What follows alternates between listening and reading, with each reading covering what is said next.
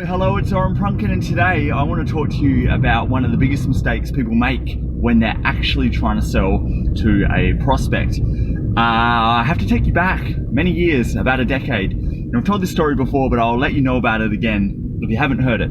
I used to be a professional DJ, club DJ, not a party DJ for weddings or birthdays or anything like that, out in pubs and clubs. And I used to work 4 nights a week, Thursday, Friday, Saturday, Sunday, for many hours, and I made a fantastic living doing so. I also promoted nightclubs during that time, and I've seen a lot of hilarious things during my time, and a lot of very funny things also. And one of the times, I'm not going to tell you the venue nor the night because you can probably guess it based on the description, but I was behind the DJ booth, and the DJ booth was on a stage, and the stage also had a curtain on it, so there would be bands that would also play on the stage, and the venue decided to put a curtain up to block off that area, so visually there was no distractions. I'm going to get to distractions in a moment. And I was in the DJ booth, have no idea what song I was playing, but I look over to my right hand side,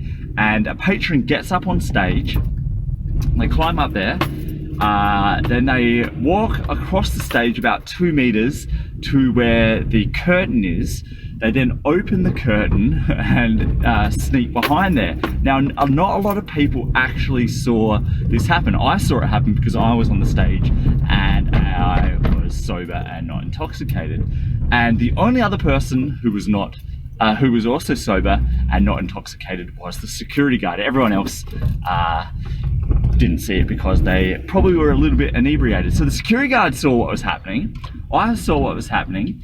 I then stick my head behind the curtain because I'm kind of on the edge of the curtain between the blocked off section and where the rest of the venue is. And I see this patron pull down his zip and start urinating on the stage, and the stage has carpet on the floor, so he's just urinating all over the carpet. And I was kind of a bit baffled, not super baffled, because I've seen some pretty crazy stuff in nightlife and hospitality before, but I just couldn't believe what this guy was doing. And the security guard sees him disappear. The security guard then climbs up on stage to investigate what was happening, and I've kind of got a big smirk on my face, not because I think it's funny, but because I'm really surprised at what's going on. The security guard pulls back the curtain and sees this guy, this patron, urinating on the carpet.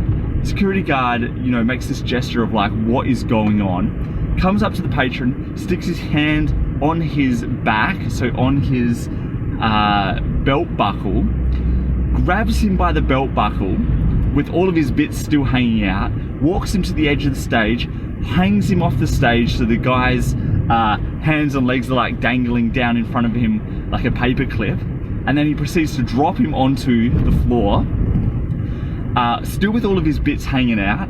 And then the security guard jumps down from the stage, picks him up again in the same manner, and then walks him out to the emergency exit, and the guy has gone. Now, the reason I tell you this story is going back to one of the biggest mistakes I said that most people make when they're trying to sell to prospects. And what they do is they give prospects so many different options of what they can do.